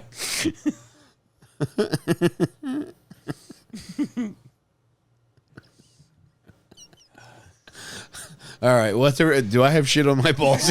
Yeah, real fucking funny. Yeah, real funny the other 800 times I've heard the same joke about shit being on my balls. Okay, cool. Yeah, well, all right, well, hopefully today's the day where they end me. Yeah, I hope when you eat this fucking bacon, it tastes like shit, you fucking animals. Dude, that should have been the pig in Charlotte's Web. Charlotte's Wipe. I think it's time for Babe 3, dude. Babe 3, pig in the shitty balls.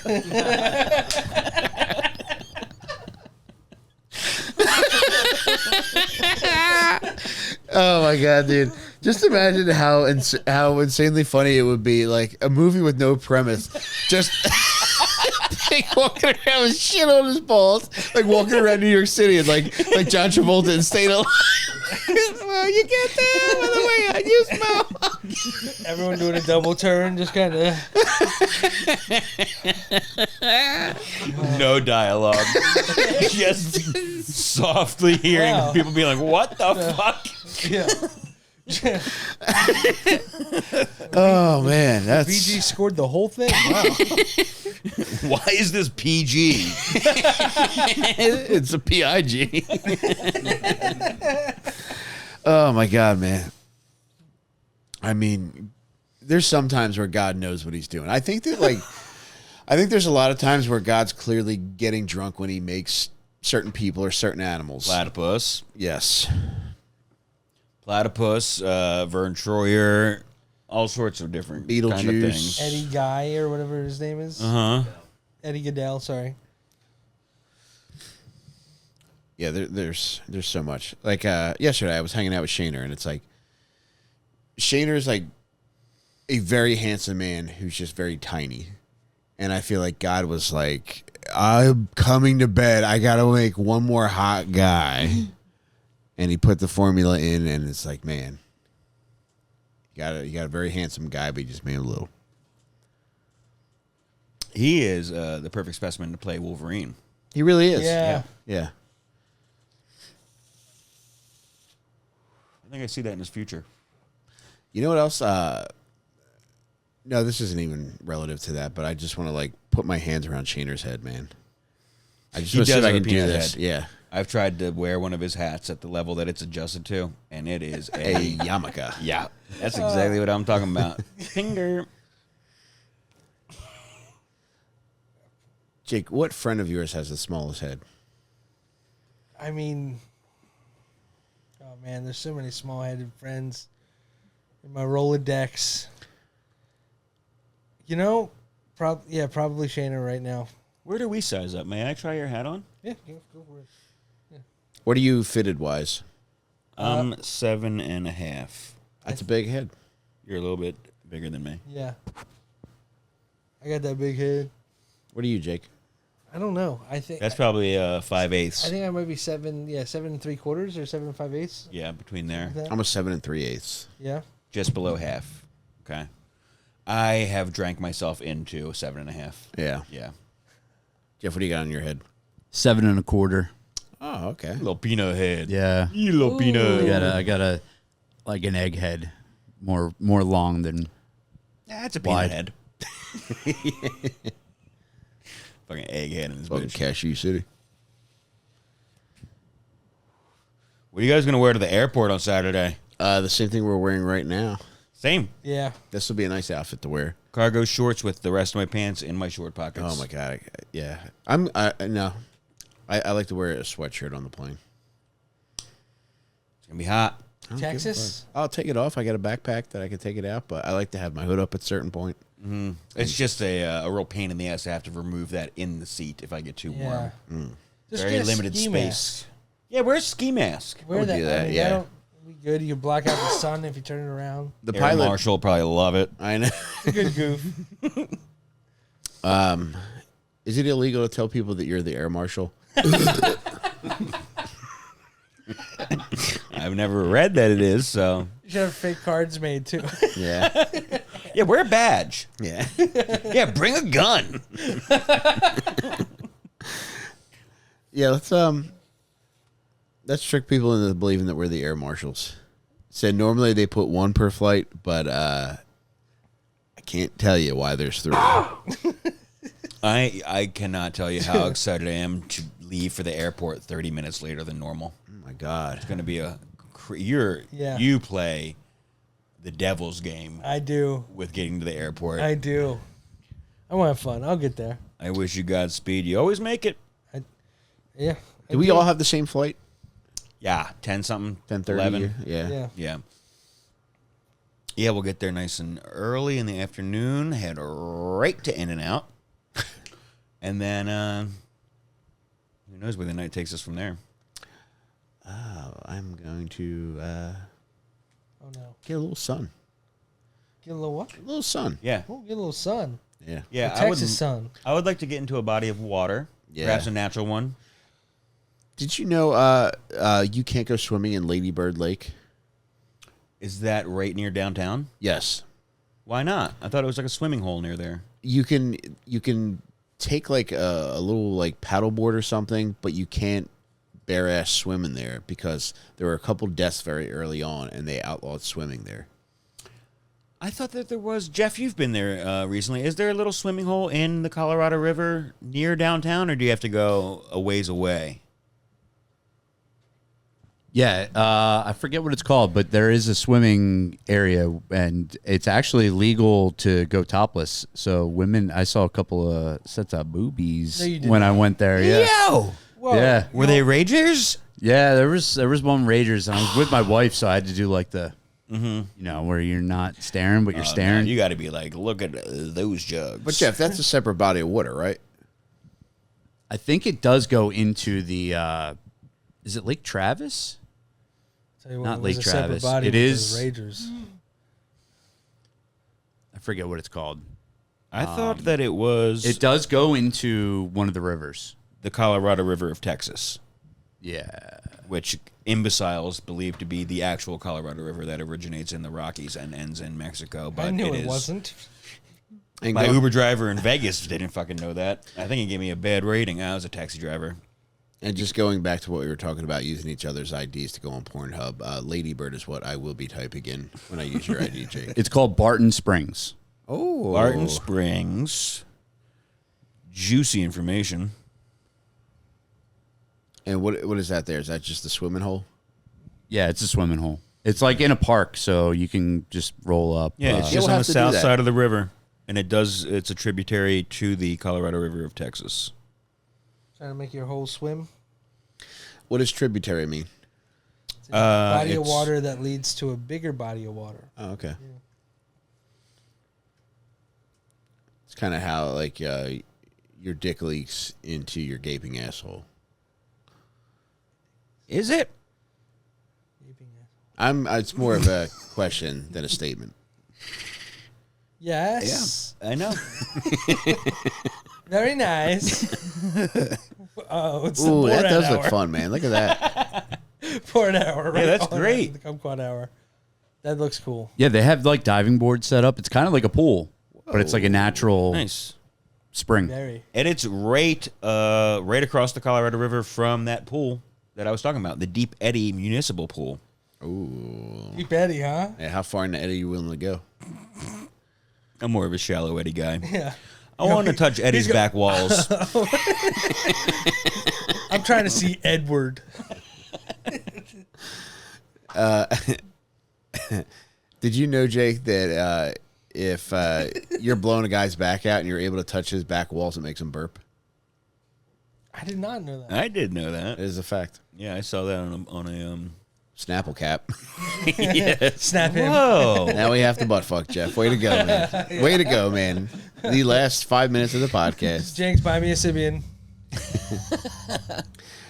I texted my wife recently. I was like, would you want a Sibian if I bought you one? No response.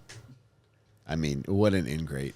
Could you on imagine? Facebook Marketplace? Yeah, I'm meeting a lady in Quakertown. Yeah, look. She's got these Mickey Mouse mugs and a Sibian. Yes or no right now. Do you want a Sibian? One more minute. One more minute to know. Oh, man. Oh, wow. What a time we've had tonight. They're really becoming more affordable, man. Yeah, I got to Yeah. imagine. Well, no, the iPhone actually got more expensive as time went on. Yeah, somehow, man. Yeah. Yeah, but Is there an Android Sibian? Well, no, I do. Yeah, I think it's in line with like robot sex dolls too. Like they went down in price. yeah. Yeah. How do you know? They must have like the gateway version of real dolls now, right? Like you get one cheap. Yeah, especially if you go to a Black Friday deal.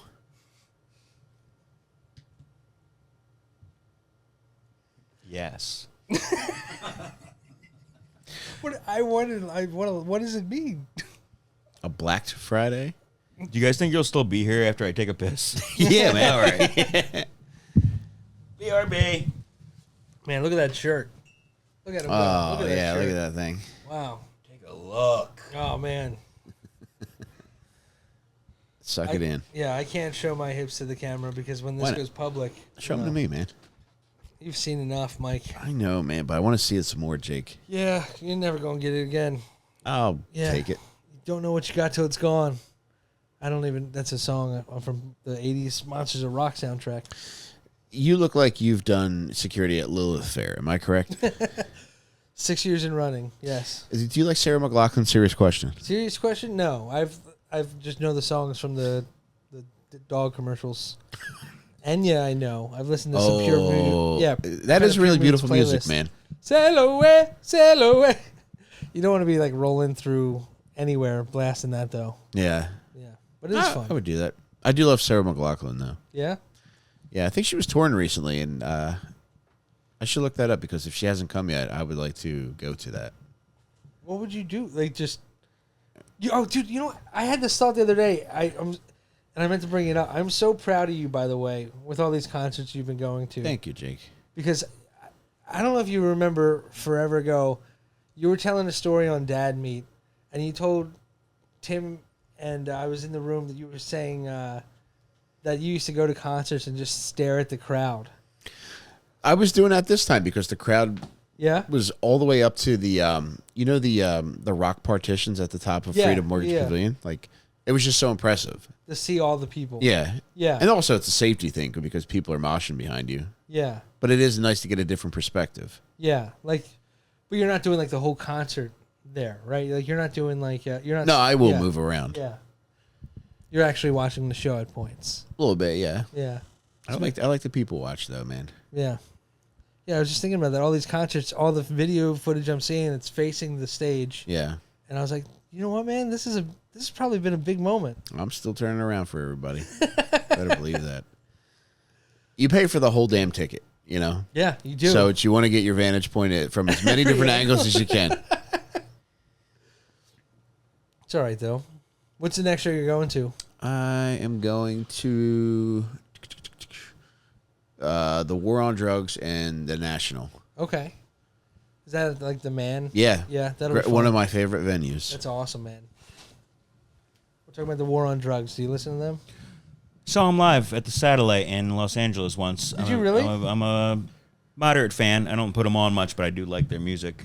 You're seeing them upcoming at the Met? Yeah, at the Man.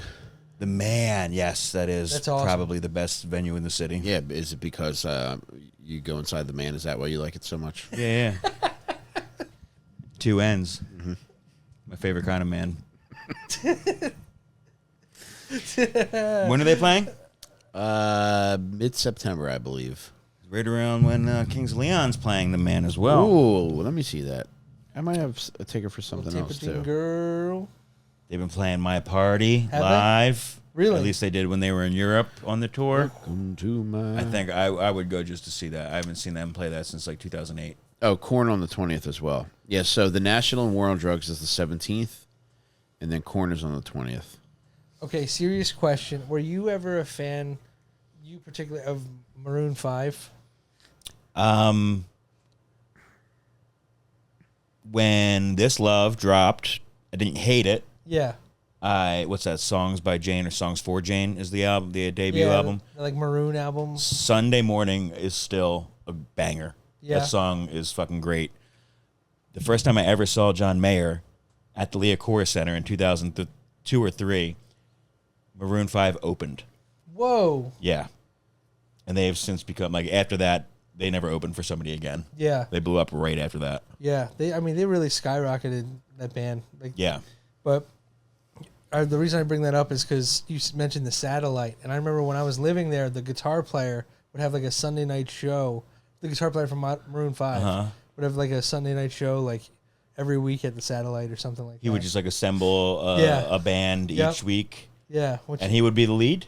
Yeah. I don't know if he'd be like the lead singer. He was just kind of like the guy. Everyone knows like he's the guy who put it together. He's the front man of,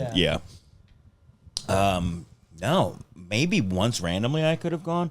Okay. Saw Jackson Brown there. No, you didn't. Yeah. Crazy, right? At the fucking Wow. Satellite. That's Did that change tiny. names? The one in Toluca Lake? Or not Silver Lake? Silver Lake, sorry. Yeah, I feel like it was something else with an S eventually or before. Might have changed while we lived there. Suck Me Sideways. They I played think it was that. Yeah. Dude, Oh, right, yeah, you just right looked it around up. there. You know how there's that Intelligentsia right around there? I was at that Intelligentsia with a friend. We went there in this German place right across the street. We parked behind the German place, and as we were going back to the car, coming out of the dry cleaners is Butch Vig. Who's that? He's the producer, producer. on Nirvana Nevermind. He's in Garbage. He's a guitar player in Garbage. But like never he's knew this produced guy. so many great albums over the years, and Nevermind's like obviously one of the greatest albums of all time. That's And- crazy. Did you like try to get a picture? I got one. Did I you? Yeah, I was wearing a Foo Fighters hoodie when I met him. Awesome. And Was like, he cool about it? Dude, or- he was cool. Yeah, he was just chill. He's just sitting there. He was legit waiting for his wife in the store, I think, and he had like dry cleaning and a coffee in his hand, just kind of like chilling. And I was just like, "You're Butch Vig," and he's like, "Yeah." Like, fuck. Yeah. Oh man, they're gonna see that I got my leather jacket dry cleaned. So uncool. Were you taking your Foo Fighters jacket to get dry cleaned in their sweatshirt? It was a very dirty hoodie, and no, it was not being dry Is cleaned. it that German place? It was stained. That's on the hill at Lion's Head? The Where one- it's like a it's- beer garden outside, and then inside has like 2 levels. I don't remember there being 2 levels. Okay. It was the one that was like right across from Intelligentsia. Yeah, I think it's a separate part of Silver Lake that I'm thinking of. Okay. Well, pretty cool. Classic LA neighborhood talk, dude. Yeah. Yeah, Love man. it. The Californians. The one producer I've always wanted to meet though was Steve Albini, who just died. That was a bummer. Did you see like that weird article that he either wrote or was interviewed in, where he talked about that weird magazine? No. No, even with all these very specifics, I do not know. You said a weird magazine? He said that one thing in that one magazine. Yeah. Yeah. Nah, that one I missed. I, What if he yeah. pulls up the cover of weirdmagazine.com? It's trash night, baby. I might crack another one. It's trash night. I'm gonna find this. Okay. Do you have a long list of producers that you're interested in meeting? No, it really kind of checks out after those two. And you got one of them. That's great. Yeah, I mean, that was Rick Rubin would be cool. I think that might be the only one that I would even recognize. Honestly, I would put Dr. Dre and Kanye West in producer. I mean, Jeff Lynne as well. Yeah. Who else, man? So here's an interesting fact why you have to listen to me while you think. My sisters went out to see the last weekend of Dead at the Sphere. They did, yeah. They went to the Friday night show, and they were so impressed that they bought tickets to the Saturday night show. Wow. And I was like, did you get them for under $400? And they gave me a thumbs down reaction. So I can't imagine how much they had to spend. Oh, my God. They were in the upper level, dead center. Their pictures look incredible. Dude. It's like where the photographers stand, basically. That's fucking awesome. And so this isn't from their shot, but on the, like Weir and Dead & Co. posted their Instagram posts. Yeah. And in the final shot, it has the screen is like the credits of the entire tour, from audio to everybody. And in the center, it says creative director John Mayer. And he's one of the three main producers listed, and Bob Weir is not one of them. Whoa. I really want to see an interview with him to get in the specifics of how much he had to do with all that. I know he's a very artistic and creative fucking guy to put things together. I had no idea. Yeah, I didn't know. Like, nobody, he hasn't, like, talked himself up about it. Like, I wonder how much he had to do with graphics and, like... Yeah. I know he's, like, essentially the reason for the band. Like, Live Nation put them together for a reason. Yeah. But I'd love to know to what capacity he was creative director. Would you like to know what I was talking about? Yeah, man. All right, so he's talking about something called Pure Magazine, which was a very fucked up magazine. I'm not going to read it out loud because it's that disturbing, even by my standards. But just read right here from this point, which says punk rock is skulls painted, to this first paragraph up there. You want me to read it into the microphone? No, read it to yourself because it's extremely fucked up. Okay, well, you guys keep talking while I read. Yeah. Man. No, but Steve Albini was talking about how much he loved this magazine, which was not something that seemed to be openly sold. It seemed to be you had to know somebody to get it. And I don't know if... I don't know if you want to read that. Yeah. Really? Is it that bad? Yeah. It is. That might be the one thing I leave here not being able to forget. Okay, yeah. Now, here's what I'm wondering, because I've seen people say that he is a pedo. Him? Here's what I'm asking. He looks it's like I'm wondering if this... I don't want to read it. I don't want to read it. If this is truly like pictures in this magazine, or if it's drawings or what, because either way, I mean, it's insanely fucked up. Fuck. And for a podcast that revolves around true crime, Yeah. I'm not even going to say what this is. That's...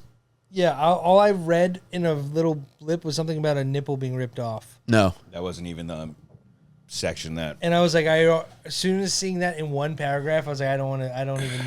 It's somehow 1,000 times worse than that. When is that from?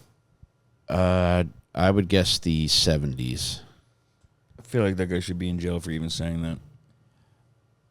I mean, truly like a horrific thing to even write. Jesus Christ. And Jake, that's... He wrote this? Or he... No, he's describing this magazine. That he used to read.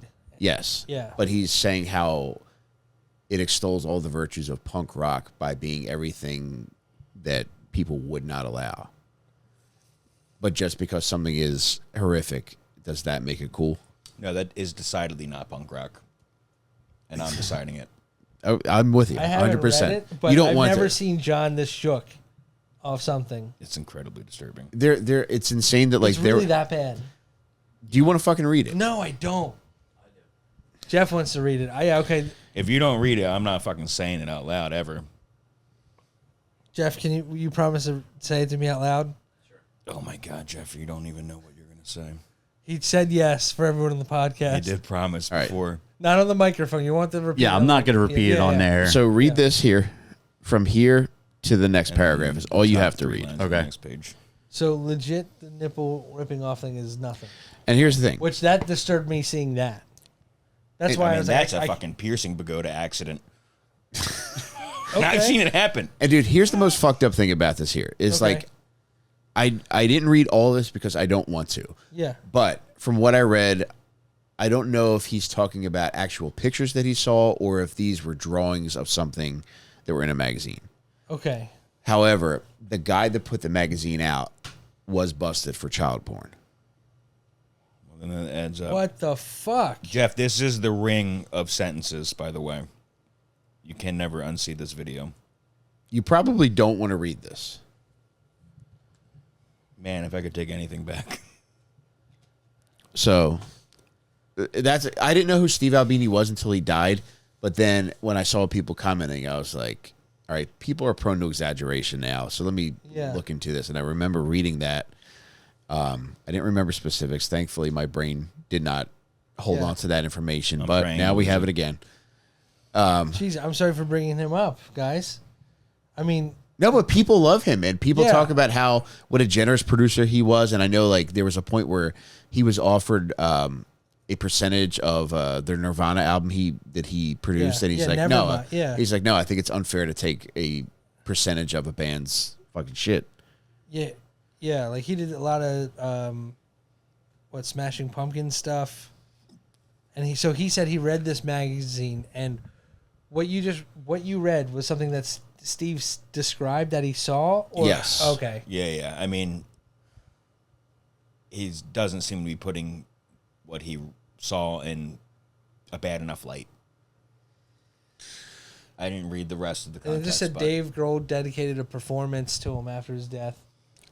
So, and here's one of the most fucked up things about fame and Hollywood and entertainment is that, like, people have to be aware of this. Yeah.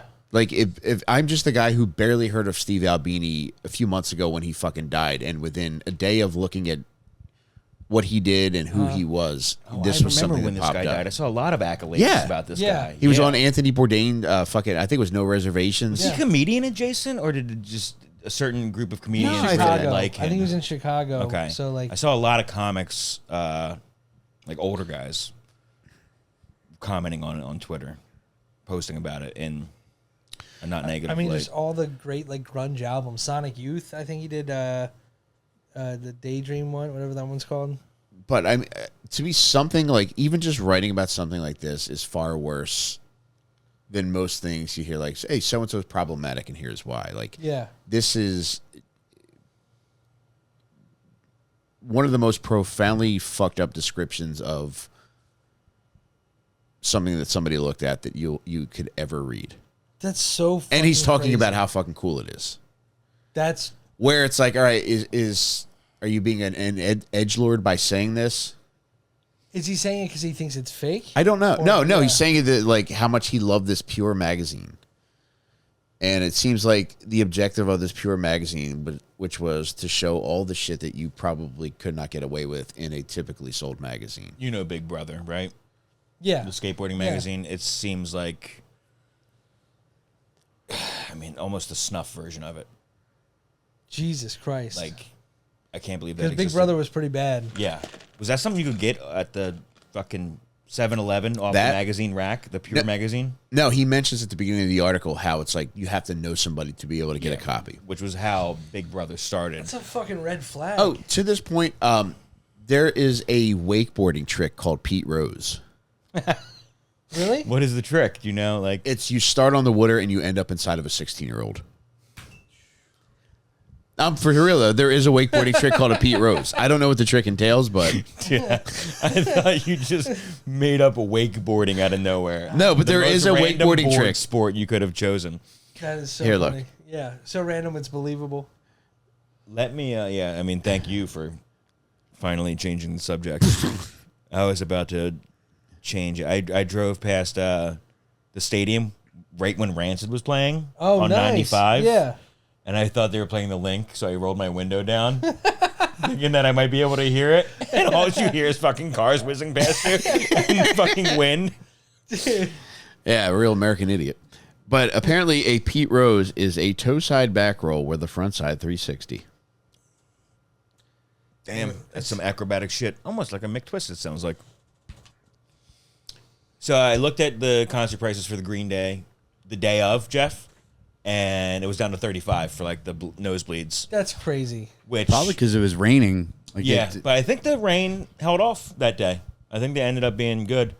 But Rancid only plays like an 11-song set, and half of it is songs I don't know. So I didn't really feel bad about not going. They're going to play a headlining set in a smaller club at some point. I hope and so, play man. the entirety of And Out Come the Wolves, and that's where I'll be. And out come the wolves, man. Snow, the paws, champion the snow, the alphabet. I stood on my head and watched it all go away.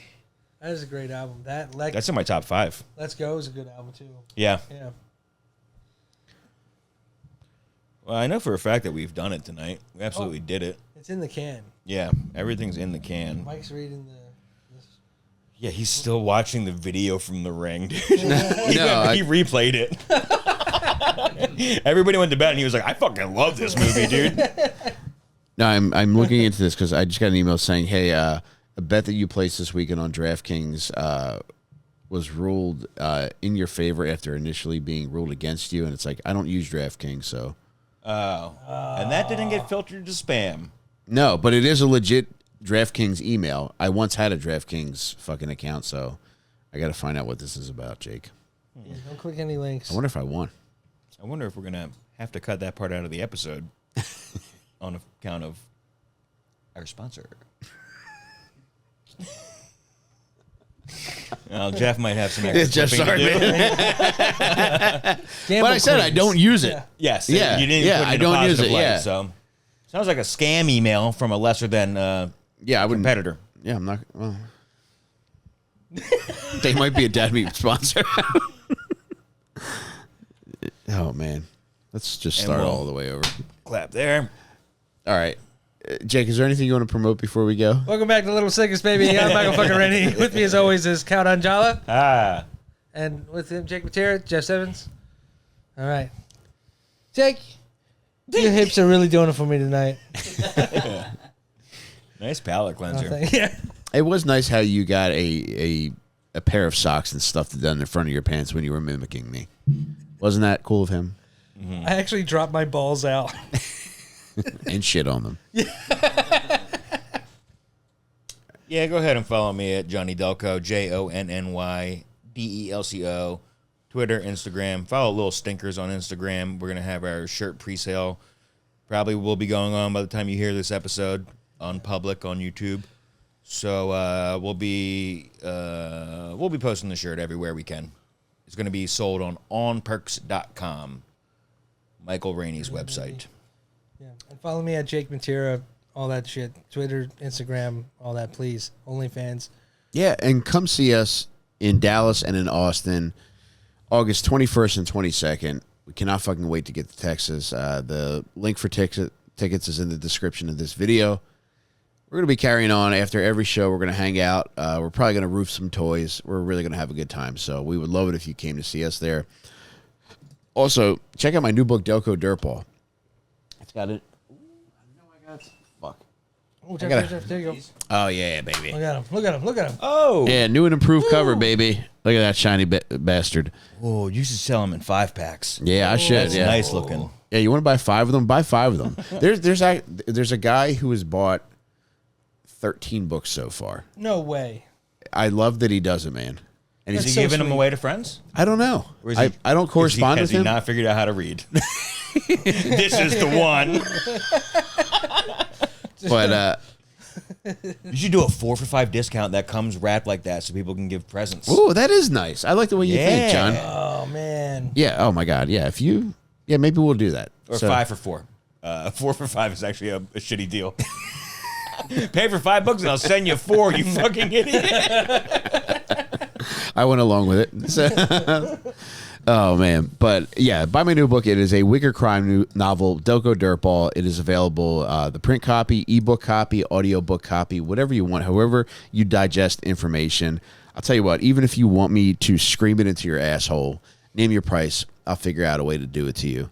But go to my website, onperks, ONPERCS.com.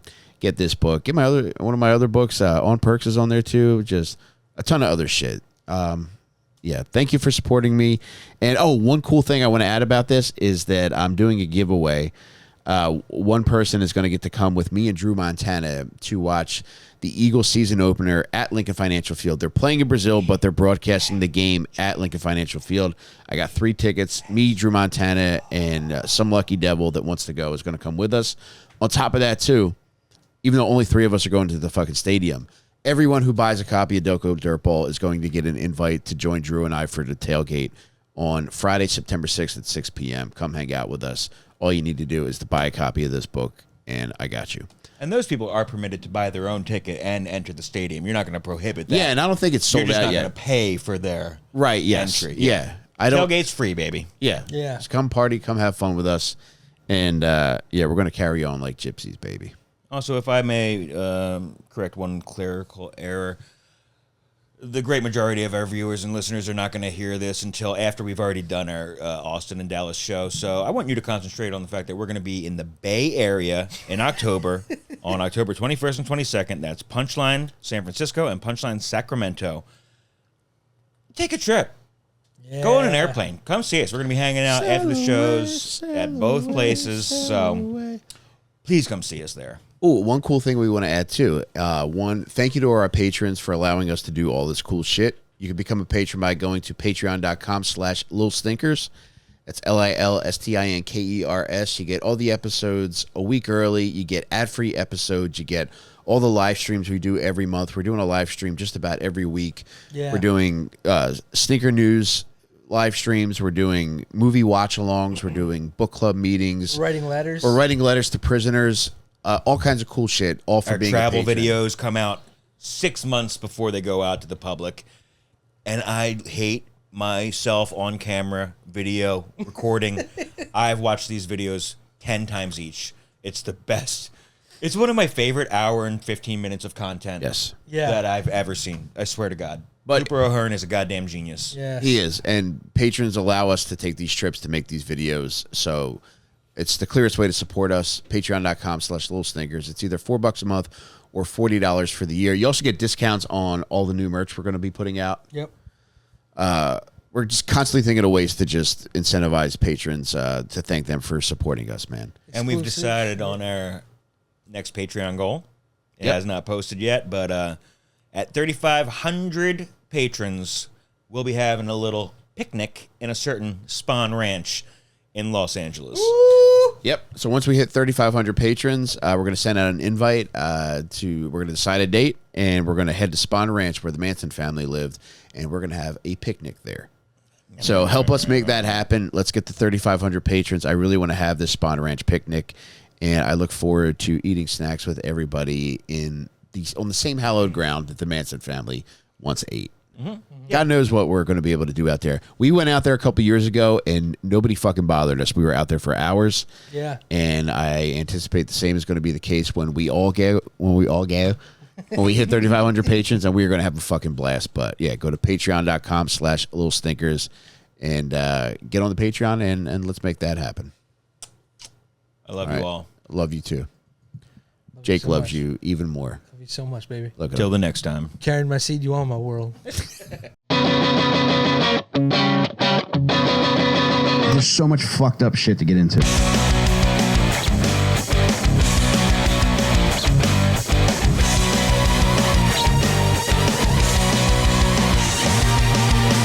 Stinkers.